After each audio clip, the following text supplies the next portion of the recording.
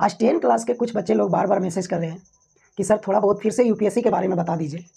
बहुत अच्छी बात है कि आप लोग 10 क्लास में हो और यूपीएससी के बारे में जानना चाह रहे हो, बहुत अच्छी बात है। स्कूल में बताए थे, लगता है उस दिन आप लोग एब्सेंट थे। कोई बात नहीं, थोड़ा बहुत फिर से बताते हैं, गौर से सुनना है, समझना है। जितना आप अभी समझ पाओगे 10 तक, उस लेवल तक उतना ही अभी बताने का कोशिश करते हैं और आप उतना ही बहुत ढंग से बेहतरीन तरीक़ा से सीखने का कोशिश करना, समझने का कोशिश करना। उसके बाद जितना भी आपका छोटा भाई बहन हो अगल बगल में, सबको बताने का कोशिश करना, है ना, ताकि कोई भी सरकारी स्कूल का बच्चा ये फील ना करे कि हम ये नहीं जानते, वो नहीं जानते। अब सरकारी स्कूल का भी बच्चा किसी से कम नहीं है ना। सरकारी स्कूल का भी बच्चा 6, 7, 8, 9, 10 से ही सारा एग्जाम के बारे में जानेंगे, समझे। एक समय था बाबू, जब हम लोग पढ़ते थे, उस समय कुछ नहीं पता था, कुछ नहीं। लगता है हम लोग ग्रेजुएशन कर लिए, हजारीबाग में आके पढ़ना शुरू किए, तब हम लोग जाने कि कौन एग्जाम क्या होता है। 10th और 12th तक कुछ भी नहीं पता था, क्योंकि ना उस समय कोई सोशल मीडिया था, ना कोई बताने वाले थे, बहुत कम था यार, ना के बराबर। जो पढ़ाते थे उनको भी शायद उतना जानकारी ना था, वो भी कभी चर्चा नहीं किए, ना हम लोग उतना कभी जानते थे क्या होता है आगे, कुछ पता नहीं था 10 के बाद क्या करें नहीं करें, जो अभी आप लोग के साथ होता है, आप लोग जो सोचते हैं, समझे। लेकिन वैसा कोई बात नहीं, अब हम लोग आ गए हैं, अब ज़माना बदल गया है, सोशल मीडिया का ज़माना आ गया है। अब हर गाँव में या हर फैमिली में ज़रूर आपको कोई ना कोई एक बंदा मिलेगा जो बहुत बड़ा बड़ा पोस्ट पर है, जो आप चाहते हैं, जिस फील्ड में जाना चाहते हैं, जिस नौकरी में जाना चाहते हैं, उस नौकरी का बंदा आप ही का गाँव में मिल जाएगा जी। आप वहाँ जानकारी ले सकते हो। सोशल मीडिया में जी भरा हुआ यूट्यूब, फेसबुक, क्या आपको जानना है, गूगल में सर्च करो जी, सारा जानकारी आपके पास आ जाएगा। तो समय बदला है बाबू, इसमें समय का बेनिफिट लो और एकदम 9, 10 तक जानकारी ले लो। 9, 10 तक एकदम जानकारी ले लो कि आपको क्या करना है आगे। लक्ष्य निर्धारित बहुत जरूरी है यार, ये बात बहुत कम स्टूडेंट को समझ में आता है कि लक्ष्य निर्धारित का मतलब क्या है सर, क्या होता है। लक्ष्य निर्धारित स्टूडेंट लाइफ में बहुत जरूरी है और वो आपको 10 के बाद ही कर लेना है, और वो आप तभी कर सकते हो जब आपके पास नॉलेज हो। कौन सा एग्जाम क्या होता है, कौन सा कंपटीशन क्या होता है, कौन सा नौकरी क्या होता है, कौन सा नौकरी के लिए क्या लेना है, क्या पढ़ना है, कौन विषय लेना है, किस फील्ड में जाना है, कहाँ पढ़ना है, कौन कोचिंग में पढ़ना है, कौन सर के साथ पढ़ना है, ये जरूर जानकारी हो जाना चाहिए। आज सीबीएसई का स्टूडेंट का जो बच्चा लोग है, उन लोग में नॉलेज इतना रहता है ना, क्योंकि उन लोग का फैमिली बैकग्राउंड एक बहुत स्ट्रांग होता है। उन लोग का फैमिली में कोई ना कोई रहता है अच्छा लेवल पर, अच्छा पोस्ट पर, जिससे वहाँ से उन लोग का बेनिफिट मिल जाता है, वहाँ से उन लोग का जानकारी मिल जाता है, आइडिया मिल जाता है, रास्ता मिल जाता है, लक्ष्य निर्धारित करने में बहुत हेल्प हो जाता है।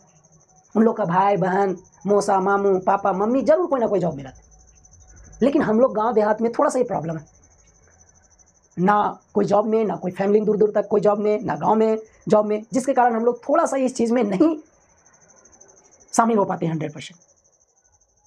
थोड़ा सा ज्ञान का अभाव रहता है, जिसके कारण हम लोग लक्ष्य निर्धारित नहीं कर पाते हैं, और लक्ष्य निर्धारित नहीं होता है, जिससे हम लोग सोचते रहते हैं अब क्या करें, कहाँ जाए, क्या पढ़े, क्या ले, समझे। तो थोड़ा सा हर बात समझना है। अब हम लोग आगे हैं, सोचना नहीं है जी, जो हम लोग साथ हुआ है वो आप लोग साथ होने नहीं देंगे। जब से हम पढ़ा रहे हैं सरकारी स्कूल में, तब से हर साल खास करके 9, 10, 8 क्लास के बच्चे लोग को हर कंपटीशन के बारे में थोड़ा बहुत जरूर बताते हैं, थोड़ा बहुत जितना हम लोग समझ सके उतना जरूर जानकारी देते हैं हर कंपटीशन के बारे में। यूपीएससी क्या होता है, मेडिकल क्या होता है, आईआईटी क्या होता है ना, जेपीएससी क्या होता है, रेलवे क्या होता है, बैंकिंग क्या होता है, एसएससी क्या होता है, टीचर्स क्या होता है, बीएड क्या होता है, ग्रेजुएशन क्या है, आर्ट्स साइंस कॉमर्स में क्या अंतर है, क्या लेना चाहिए, आईआईटी क्या होता है, आईटीआई क्या होता है, डिप्लोमा क्या होता है, सारा कुछ थोड़ा बहुत कभी ना कभी जब मौका मिलता है जरूर जानकारी देते हैं, जिससे लोगों को बाद में ये पछतावा ना हो कि हम लोग को कोई नहीं बताया। हम ये आराम से कर सकते थे, ये लेके पढ़ सकते थे, इस फील्ड में आसानी से जा सकते थे, ये एग्जाम हम तो बहुत आसानी से निकाल सकते थे, हम तो बहुत तेज थे इस सब्जेक्ट में, ये काम कर सकते थे हम। ये आप कभी नहीं बोलोगे जी। अभी हैं हम, पवन सर हैं, हर एग्जाम के बारे में आपको जानकारी देंगे, उसके बाद भी आप करोगे बुर्बक जैसा, क्या कर सकते हैं, समझे। तो अगर आप लोग 10 क्लास के बच्चे लोग अगर इच्छा जाहिर कर रहे हो, आप लोग में थोड़ा सा ललक आया, उत्साहित हो यूपीएससी के बारे में जानने के लिए, बहुत अच्छी बात है। स्कूल में भी बताएं, फिर उसे थोड़ा बहुत बताते हैं, सभी को गौर से सुनो, समझने का कोशिश करना, और सब कोई, हर स्टूडेंट 10 का हो चाहे 9 का हो, चाहे जो वीडियो देखोगे, जितना आप समझ पाओगे उतना ही आप हर कोई एक स्टूडेंट जिम्मा लो, हर एक स्टूडेंट 5 जन को बताएंगे, अपना छोटा भाई बहन को 5 को बताना है। हर स्टूडेंट जो भी इस वीडियो को देखेगा, जो भी इस वीडियो को देखोगे, हर कोई 5 स्टूडेंट को जानकारी दो, अपने से नीचे लेवल का। अगर आप 10 में हो तो 9, 8, 6 जो भी छोटा लोग है, जानकारी दो जी, एकदम अभाव नहीं होना चाहिए सरकारी स्कूल के बच्चों में जानकारी का, समझे। बहुत ख्याल करते हैं आप लोग का, बहुत मानते हैं, अपना फैमिली जैसा मान करके पढ़ाते हैं, बताने की कोशिश करते हैं, हमेशा सही चीज़ बताते हैं और एक बेहतरीन ढंग से, बहुत प्यार से, एक खुश मिजाज से, एकदम मस्ती मजाक वाला माहौल में रख करके आप लोग को पढ़ाते हैं, समझे। तो चलिए यूपीएससी के बारे में थोड़ा सा चर्चा फिर से किया जाए। सुमित, बहुत सारे बच्चे लोग बार बार मैसेज किए हैं, सुमित लोग। चलो जी, यूपीएससी है क्या चीज़? चलो जी, यूपीएससी है ना, बढ़िया से समझना है, मजाक में नहीं लेना बाबू। सबसे इंडिया का टफ एग्जाम, इंडिया का सबसे हार्ड एग्जाम यूपीएससी है, मजाक में नहीं लेना, समझे। सबसे हार्ड एग्जाम के बारे में आप जानने जा रहे हैं। जितना जानकारी आपको देंगे उतना ही समझने की कोशिश करो। 10 में हर चीज़ आपको बता भी देंगे तो समझ में नहीं आएगा, लेकिन जितना तक समझ सकते हो उतना कम से कम सुनो ध्यान से। यूपीएससी का फुल फॉर्म अगर बात करें बाबू, तो यूनियन पब्लिक है ना सर्विस कमीशन होता है। यूनियन पब्लिक सर्विस कमीशन होता है बाबू, इसका फुल फॉर्म। इसको हिंदी में बोलते हैं संघ लोक सेवा आयोग। संघ लोक सेवा आयोग, ये हिंदी है जो यूपीएससी का, है ना। यूपीएससी एक एग्जाम का नाम है जो इंडिया का सबसे टफेस्ट एग्जाम, सबसे हार्ड एग्जाम। सुने, यूपीएससी का फुल फॉर्म क्या हुआ? Union public service commission, Hindi क्या हुआ? संघ लोक सेवा आयोग। चलो आगे बढ़ते हैं। इस एग्जाम को कौन दे सकता है जी? इस एग्जाम को इंडिया का कोई भी स्टूडेंट दे सकता है, कोई भी स्टूडेंट में जिसका ग्रेजुएशन है जी, ग्रेजुएशन होना चाहिए। इंडिया का कोई भी स्टूडेंट जो ग्रेजुएशन कर लिए है वो इस एग्जाम को देंगे। ग्रेजुएशन कोई भी सब्जेक्ट से हो, आर्ट्स कॉमर्स साइंस, कोई भी सब्जेक्ट से हो जी, सुने, वो इस एग्जाम को दे सकते हैं। साथ ही वैसा कोर्स जिससे ग्रेजुएशन का डिग्री मिलता है, ग्रेजुएशन का मान्यता प्राप्त हो जाता है, वैसे कोर्स वाले लोग भी इस एग्जाम को दे सकते हैं। जैसे आप देखे होंगे बीटेक, सुने होंगे कि बीटेक वाले बहुत इंजीनियरिंग, है ना, सुने होंगे बीटेक वाले बहुत सारे लोग यूपीएससी निकाल लेते हैं। बीटेक मतलब जो इंजीनियरिंग करते हैं जी, इतना इंजीनियरिंग में उन लोग को पढ़ाई, इतना इंजीनियरिंग में उन लोग को पढ़ा ही दिया जाता है ना कि दिमाग पूरा बढ़ जाता है, पूरा तेज तरार हो जाते हैं, माइंड खुल जाता है उन लोग का। उसके बाद थोड़ा बहुत जीके जीएस पर ध्यान दे देते हैं, आराम से यूपीएससी निकाल लेते हैं जी। तो वैसा डिग्री या वैसा कोर्स जिससे ग्रेजुएशन का मान्यता प्राप्त होता है वो सभी यूपीएससी भर सकते हैं, सुने। लेकिन ग्रेजुएशन के साथ साथ 21 साल कम से कम उम्र हो जाना चाहिए, 21 साल कम से कम उम्र हो जाना चाहिए जी, है ना। ग्रेजुएशन आप किए लेकिन 21 साल होना चाहिए, है ना। इंडिया का कोई भी स्टूडेंट, कोई भी स्टेट का इंडिया का जो ग्रेजुएशन किए हैं उनका 21 साल उम्र है, वो इस एग्जाम को आसानी से भर सकते हैं। न्यूनतम उम्र कितना हुआ? 21 वर्ष। 21 वर्ष से आप इस एग्जाम को भरना शुरू कर सकते हैं। साल में एक बार होता है, साल में कितना बार होता है? एक बार होता है जी। अब आइए अधिकतम कितना बार आप भर सकते हैं, थोड़ा सा ये बात को समझ लिया जाए, बहुत अच्छा बात है ये, ध्यान देना जी। अधिकतम जनरल लोग जो होते हैं, जनरल वाले लोग, वो 21 वर्ष से 32 वर्ष तक, यानी उन लोग का उम्र 21 वर्ष से 32 वर्ष के बीच में, वो इस एग्जाम को 6 बार ही भर सकते हैं जी, 6 बार ही भर सकते हैं। मतलब अगर जनरल का कोई बच्चे हैं तो उसका उम्र अगर 21 वर्ष हो जाता है, ग्रेजुएशन पास कर लेते हैं, तो वो यूपीएससी एग्जाम भरना शुरू कर देंगे। वो भी 32 वर्ष तक, उनका उम्र जैसे 32 वर्ष हो जाएगा उसके बाद वो नहीं भरेंगे। और सबसे इंपॉर्टेंट बात, वो 21 वर्ष से 32 वर्ष के उम्र के बीच में वो 6 बार भरेंगे जी, 6 बार ही भर सकते हैं। ये बात जरूर समझो रे, ये बात जरूर समझो जनरल वाले लोग, इसलिए जनरल वाले लोग थोड़ा ध्यान दो यूपीएससी पर। ओबीसी के बारे में थोड़ा सा सुन लो जी आप लोग। ओबीसी वाले लोग 21 वर्ष से 35 वर्ष के बीच में 9 बार भर सकते हैं। इन लोग को 35 वर्ष तक है अधिकतम। जो ओबीसी के बच्चे लोग हैं, यूपीएससी एग्जाम 21 वर्ष कंप्लीट हो गया, ग्रेजुएशन कंप्लीट हो गया, भरना शुरू कर देंगे, 35 वर्ष के बीच में 9 बार ही आपको मिलेगा। आपका अधिकतम उम्र 35 वर्ष है बाबू। एससी एसटी वाले लोग 21 से 37 वर्ष तक, एससी एसटी 21 से 37 है जी। और इन लोग 21 से 37 तक में अनलिमिटेड है, अनलिमिटेड, कोई रोक टोक नहीं है। इन लोग 21 से 37 तक हर साल यूपीएससी एग्जाम दे सकते हैं। एससी एसटी वाले लोग हर साल दे सकते हैं, 21 से 37 वर्ष तक हर साल इन लोग देंगे, कोई रोक टोक नहीं, देते रहिए। लेकिन ओबीसी वाले लोग 21 से 35 के बीच में 9 बार उन लोग को देना है। और जनरल वाले लोग 21 से 32 वर्ष में 6 बार दे सकते हैं, समझे। इसलिए जनरल वाले लोग को थोड़ा सा कम मौका है, पढ़िए, ढंग से पढ़िए।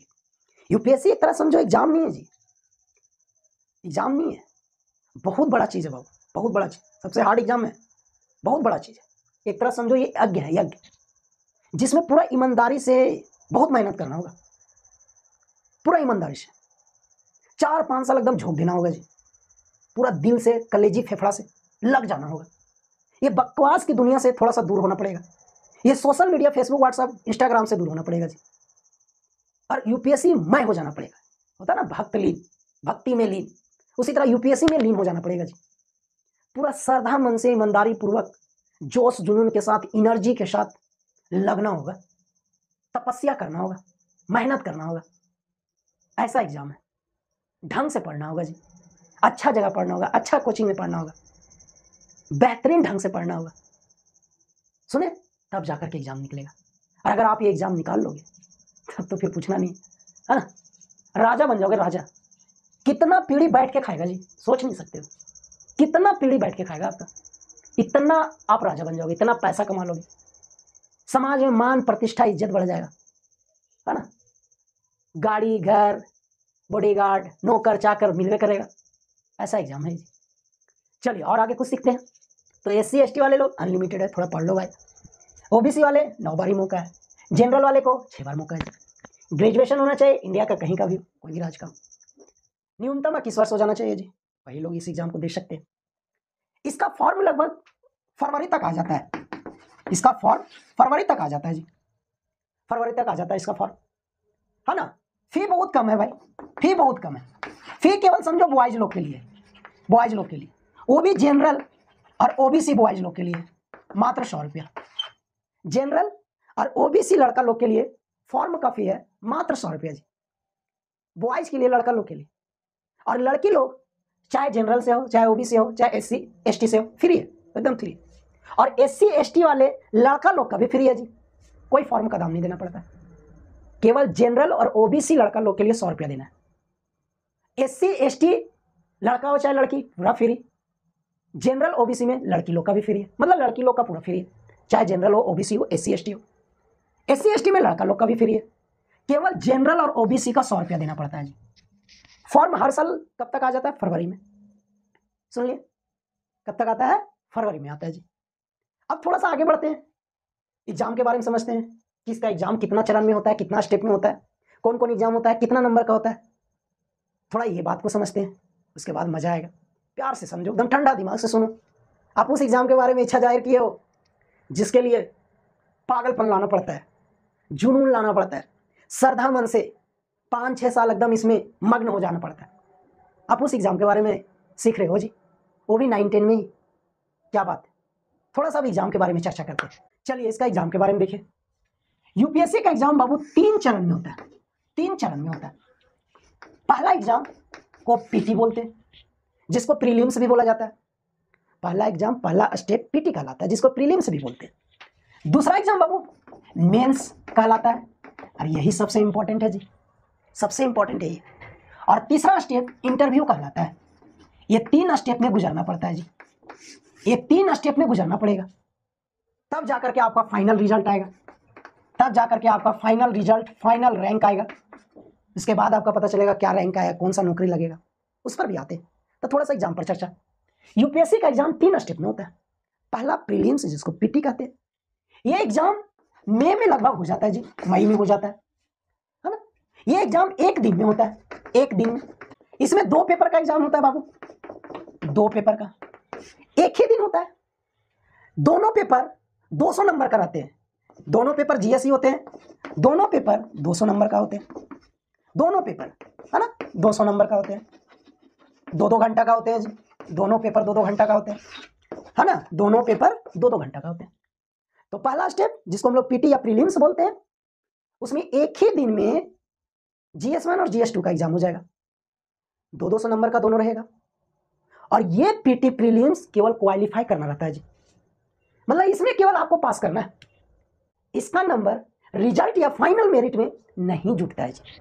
केवल ये पहला स्टेप आपको पास करना है ताकि आप यहां पहुंच सके। सुने, पीटी में 2 पेपर का एग्जाम होगा, एक ही दिन होगा, 2-2 घंटा का एग्जाम होगा, 200 नंबर का एग्जाम होगा, दोनों पेपर में केवल पास करना है, दोनों पेपर में 33% लाना है। 200 का 33% लगभग 66 नंबर हो गया, तो 66 नंबर दोनों में लाना है जी, तब जाकर के आप पीटी पास करोगे। बात समझ में आया? जैसे आप इसको क्वालिफाई कर जाते हो, अब आपको मेंस का एग्जाम देना है। सुने, अब आइए मेंस में, यही तो मेन है, यही तो मेन है, ये दोनों मेन है, यही दोनों का नंबर जुटता है फाइनल रिजल्ट में, तब जाकर के आपका रिजल्ट में रैंक आता है। सुने, ये केवल पासिंग वाला है पेपर, पास कीजिए, ये एग्जाम में बैठिए। 200 नंबर का है, कम से कम 66 नंबर लाइए, पास करके दूसरा एग्जाम में जाइए। मेंस जो होता है बाबू, ये 1750 नंबर का एग्जाम होता है, 1750 नंबर का। मेन यही है, इसी से रिजल्ट बनता है यूपीएससी में, 1750 नंबर का होता है। इसमें 9 पेपर का एग्जाम होता है बाबू, 9 पेपर का एग्जाम होता है। सुने, इसमें से भी 2 पेपर आपको केवल क्वालिफाई करना है, 2 पेपर केवल क्वालिफाई करना है, इसका नंबर नहीं जुटेगा। तो केवल कितना पेपर का नंबर जुटेगा? 7 पेपर का नंबर जुटेगा। और हर पेपर कितना नंबर का होता है? 250 नंबर का होता है, हर पेपर 250 नंबर का। तो 250 गुना 7 करो जी, 1750 आ जाएगा। मतलब 7 पेपर आपका ये मेन है। होगा एग्जाम 9 पेपर का, होगा एग्जाम 9 पेपर का। आपको 2 पेपर इसमें भी पास करना है, क्वालिफाई है, उसका नंबर नहीं जुटेगा। मेन 7 पेपर है जी, हर पेपर 250 नंबर का होता है, 250 गुना 7 कर दो, 1750 आ जाएगा। अब ये 7 पेपर में आप जितना नंबर ला सकते हैं, 250 का 250 हर पेपर में लाइए, 1750 मिलेगा आपको। हर पेपर 3 घंटा का एग्जाम होता है जी, हर पेपर 3 घंटा का होता है। लगभग 5 दिन चलता है मेंस, लगभग कितना दिन चलता है? 5 दिन मेंस का एग्जाम चलता है जी। हर पेपर 3 घंटा का, 9 पेपर 3-3 घंटा का होगा। उसमें से 2 पेपर में आपको पास करना है, लेकिन वो भी 3-3 घंटा का होगा। 7 पेपर ही आपका नंबर वाला है, जिसका रिजल्ट में, फाइनल रिजल्ट में नंबर जुटेगा। और वो 7 पेपर, हर पेपर 250 नंबर का होता है। 9 पेपर 3-3 घंटा का एग्जाम होगा। 5 दिन आपको एग्जाम देना पड़ेगा मेंस। समझ में आया? इसी में आपको लिखना पड़ता है जी, बहुत लंबा चौड़ा आंसर, बहुत तरीके से, ढंग से, स्पष्ट स्पष्ट शब्दों में, है ना, तरीका से, मुद्दा के साथ, बेहतरीन ढंग से, बेहतरीन राइटिंग के साथ। जैसे आपके बारे में भी कुछ मुद्दा जैसे चल रहा है, उस मुद्दा पर आपका विचार जानना है, उस पर आपको 8-10 पेज लिखना होगा। जैसे अभी कश्मीर में हमला हुआ, पर्यटक लोग पर बोल दिया जाएगा, उसके बारे में लिखे, आपको कम से कम 8-10 पेज लिखना होगा। अपना स्टेट के बारे में पूछ दिया गया, अपना जिला के बारे में पूछ दिया गया, या आपको पूछा गया आतंकवादी के बारे में आपका क्या राय विचार है, आप अपना देश के प्रधानमंत्री के बारे में क्या सोचते हैं, क्या राय विचार। इससे उससे कुछ ना कुछ क्वेश्चन आपको रहेगा, उसके बारे में लिखना लंबा चौड़ा। समझें, ये है मेंस बाबू। तो मेंस में कितना पेपर? 9 पेपर, हर पेपर का एग्जाम 3 घंटा, लगभग कितना दिन एग्जाम चलता है? 5 दिन। 9 पेपर में भी 2 पेपर आपको पास करना है, उसका कोई नंबर नहीं, केवल वो पास करना है। सुने, 7 पेपर में हर पेपर 250 नंबर, 7 गुना 250 करो, 1750 नंबर का मेंस होता है। जितना नंबर उठा सकते हैं गर्दा उड़ा के उठाइए, कोई रोक ठोक नहीं है। सारा पेपर को बेहतरीन तरीके से पढ़ के जाइए, ईमानदारी पूर्वक 5-6 साल का मेहनत एकदम झोंक दीजिए। समझे, घर का स्थिति परिस्थिति को एकदम देख करके मोटिवेट होकर के पूरा झोंक दो, और 7 पेपर को ढंग से लिखो, जितना से जितना ज्यादा नंबर उठाने की कोशिश करो। बात आ रहा समझ में?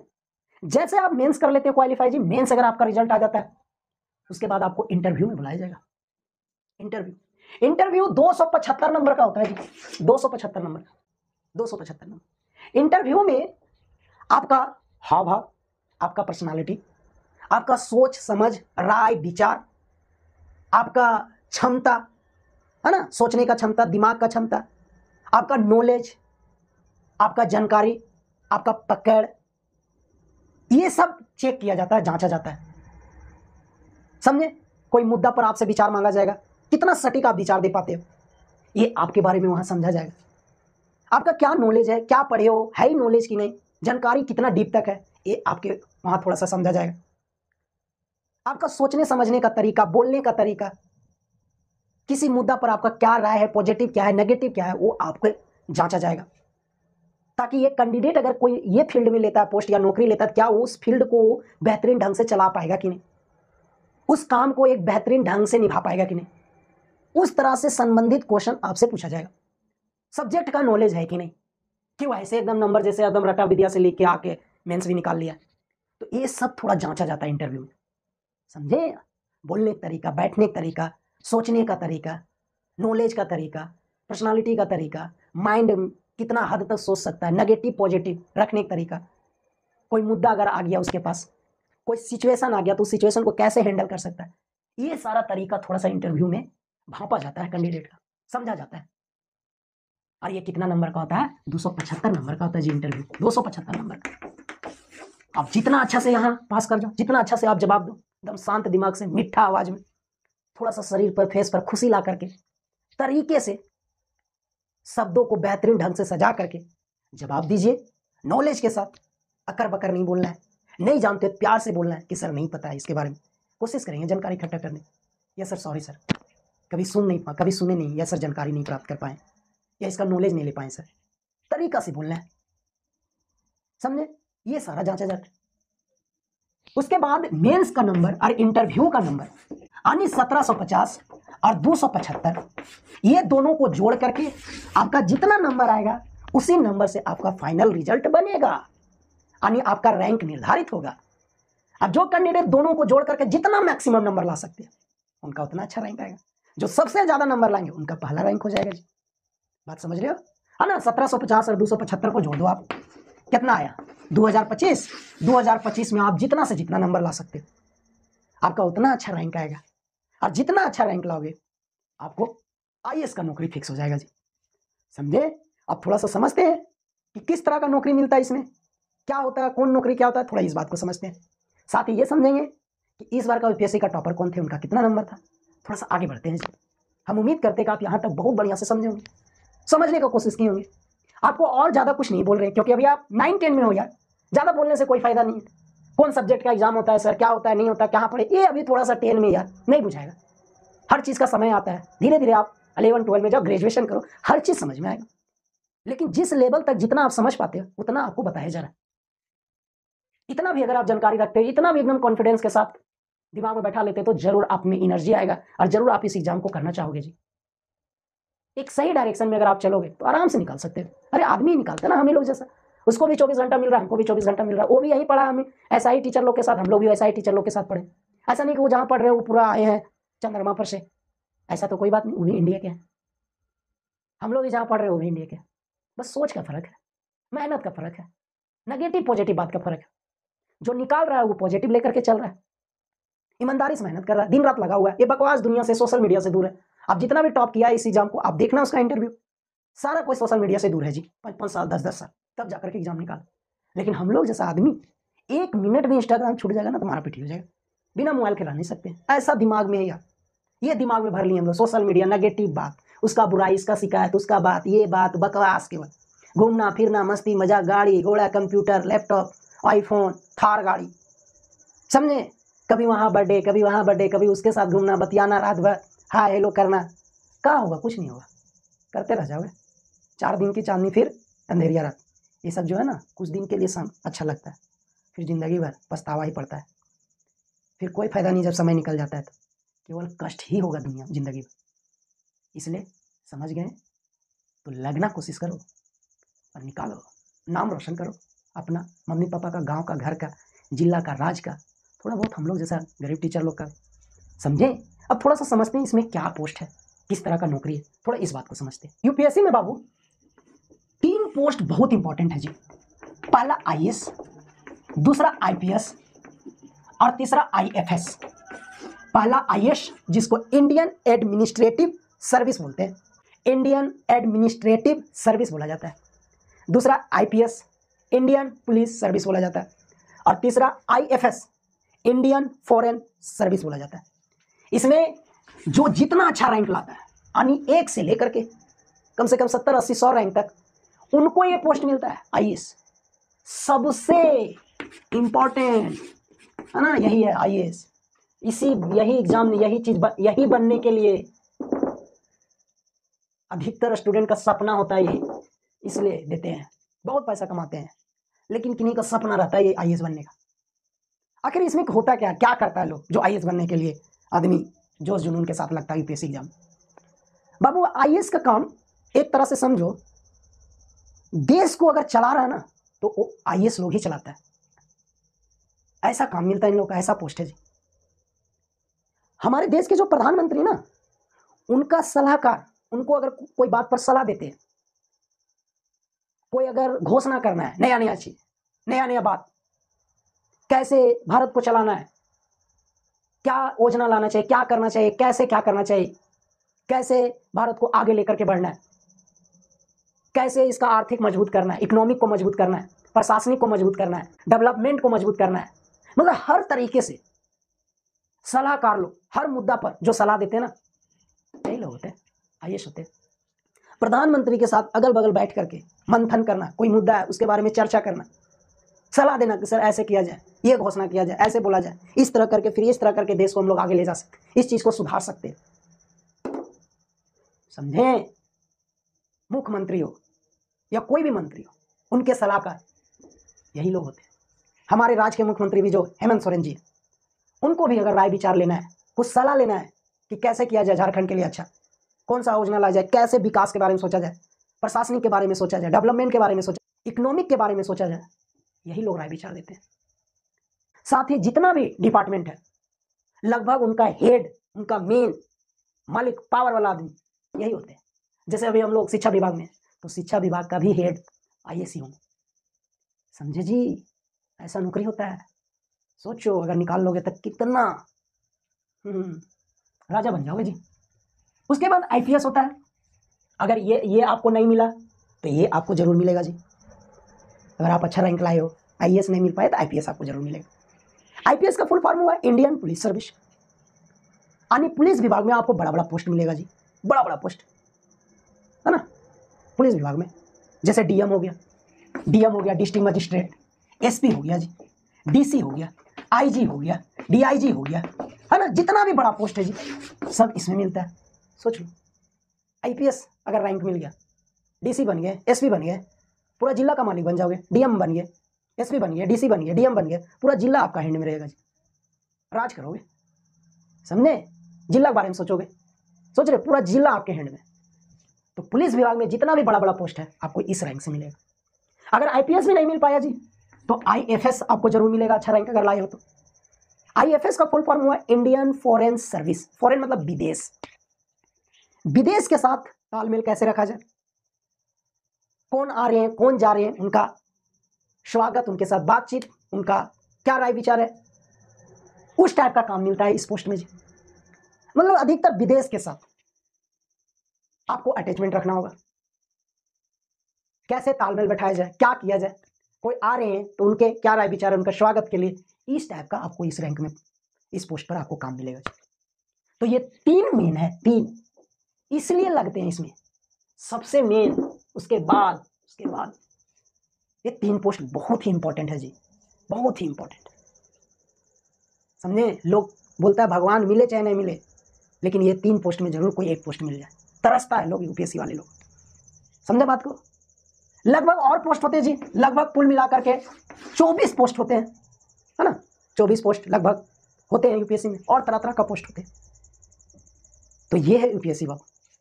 इस बार जो 2024 का जो रिजल्ट आया 25 में, शक्ति दुबे है ना, लड़की है, प्रयागराज के हैं, उत्तर प्रदेश प्रयागराज के, जहां भी महाकुंभ लगा था वहां के हैं। यही टॉपर किया जी, है ना। 1043 नंबर लाई थी, कुल 1043 लाई है। मेंस में इनका 843 है और इंटरव्यू में इनका 200 है जी, है ना। कुल इनका 2025 में से 1043 नंबर आया। यही पहला रैंक इस बार लाई, ये पोस्ट मिलेगा इनका। दूसरा रैंक जो है हर्षिता गोयल नाम की लड़की है, हर्षिता गोयल। दूसरा रैंक वाले जो है, ये तो फर्स्ट रैंक वाले हो गए। फर्स्ट रैंक वाले जो सेकेंड रैंक लाए हैं, हर्षिता गोयल नाम है उनका मेंस में ज़्यादा नंबर है इनसे। इनका मेंस में 843 है, इंटरव्यू में 200 है। हर्षिता गोयल का मेंस में इनसे ज़्यादा है। मेंस में इनका 851 नंबर है, लेकिन इंटरव्यू में 187 नंबर है जी। मेंस में इनसे ज़्यादा है, लेकिन इंटरव्यू में कम हो गया। मेंस में 8 नंबर ज़्यादा है हर्षिता गोयल का, लेकिन इंटरव्यू में कितना नंबर कम हो गया जी? 13 नंबर, जिसके कारण ये सेकेंड रैंक में आ गए, है ना। इनका कुल नंबर कितना है? 7 1 8, 8 5 13, 8 और 1 9, 1 10, 10 38, यानी इनसे 5 नंबर कम, 5 नंबर चलते सेकेंड रैंक हो। हर्षिता गोयल ये भी लड़की है। देखो लड़की लोग का दबदबा, लड़की लोग भी बाबू अभी के ज़माना में पीछे नहीं, लड़का लोग हर जगह लड़की लोग ही टॉपर कर, क्योंकि उन लोग पढ़ती है यार। लोग पढ़ाई पर ज़्यादा समय देती है, एक्स्ट्रा टाइम इधर उधर नहीं देती। हम लोग लड़का लोग जब मन किया बाहर निकल जाए, बकवास इन्नी उन्नी इधर उधर, रात भर बाहर में रहो, घूमना फिरना बहुत ज़्यादा रहता है, सोशल मीडिया बहुत ज़्यादा, है ना, ये सब से थोड़ा बचो यार। तो ये हर्षिता गोयल थे। और एक बात, महाराष्ट्र के ब्रिदेव नाम के एक लड़का है, ब्रिदेव सिद्धप्पा महाराष्ट्र के 551 रैंक आया इनका, 551 रैंक लाए। इनका इंटरव्यू जब देखे, इनका वीडियो जब वायरल हुआ, पता चला ये भेड़ बकरी चराते थे। इनका फैमिली या उस गांव का, जहां इनका गांव है, उस गांव का अधिकतर लोग भेड़ बकरी ही चरा करके अपना क्या बोलते हैं खर्चा निकालते, अपना गुजारा करते, यानी परिवार चलाते, फैमिली चलाते। इनका पापा भी वही काम करते थे, भेड़ बकरी चराते थे। ये भी वही काम करने लगे, पापा करते थे तो ये भी करते थे कभी कभी।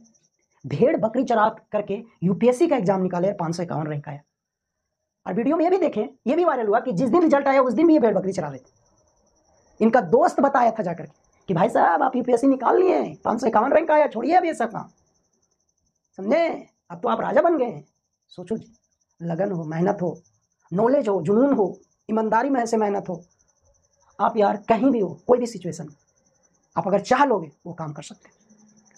और एक बात सुनो जी, बिहार का रवि राज नाम करके एक लड़का, इसी बार का एग्जाम, रवि राज नाम करके लड़का, जो आंख से अंधा है, अच्छा से देख नहीं पाता है, वो लड़का इस एग्जाम को क्वालिफाई किया। उनका वीडियो जब देखे, इंटरव्यू देखे, तो उनको मम्मी पढ़ करके सुनाती थी और ये सुनते थे। मम्मी पढ़ती थी किताब, ये सुनते थे, सुन करके बात को समझे, याद किए, है ना, बहुत बढ़िया से कॉन्सेप्ट मजबूत किए, इस एग्जाम को क्वालिफाई कर लिया। अब बता, इससे ज़्यादा मोटिवेट वाला कोई लाइन होगा? जिनका आंख अच्छा से काम नहीं कर रहा है, वो मम्मी का पढ़ाई सुन करके इस एग्जाम को निकाल लेते हैं, जो इंडिया का सबसे टफेस्ट एग्जाम। सोच लो जी, रवि राज बिहार के, जरूर इनका वीडियो देखिए। और बरही के, हमारे हजारीबाग जिला के बरही के आस्था शरण नाम की एक लड़की है, जो भी इस एग्जाम को निकाले, इस पर आस्था शरण, समझे। तो ये है यूपीएससी बाबू। हम उम्मीद करते हैं कि सबको जरूर सीखे होंगे, कुछ ना कुछ सीखे होंगे जी। जितना आपको समझ में आएगा उतना ही बताया गया, उससे ज़्यादा नहीं। अगर आप इतना बात भी समझ जाते हो गहराई से, है ना, ईमानदारी से, तो आपको बहुत एनर्जी मिलेगा, जोश जुनून बढ़ेगा। आप जरूर इस एग्जाम के बारे में सोचोगे, ख्याल करोगे। और जिनको भी ये बात समझ में आया थोड़ा बहुत, वो जरूर कम से कम अपना छोटा भाई बहन को बताना, ताकि कोई भी जानकारी के अभाव में पीछे ना रह जाए, समझे। आपको हर कंपटीशन के बारे में बताएंगे, हर साल बताते हैं, स्कूल में उसका वीडियो भी डालेंगे, स्कूल में भी बताते हैं, इसलिए सुनिए, समझिए। और 10 तक कम से कम अपना लक्ष्य को निर्धारित कीजिए, अपना रास्ता को निर्धारित कीजिए, अपना मंजिल को निर्धारित कीजिए। हमको कहाँ जाना है, क्या बनना है, कैसे जाना है, कौन रास्ता से जाना है, क्या क्या रास्ता में हमको लेते जाना है, क्या क्या रास्ता मिलते जाएगा, कौन किताब लेके हम जाए, कौन कोचिंग से जाए, कहाँ जाए, किसका मदद ले, ये सब जरूरी है। आप आराम से पहुंच पाओगे जी, बात समझे। चलिए मिलते हैं अगला वीडियो में, धन्यवाद।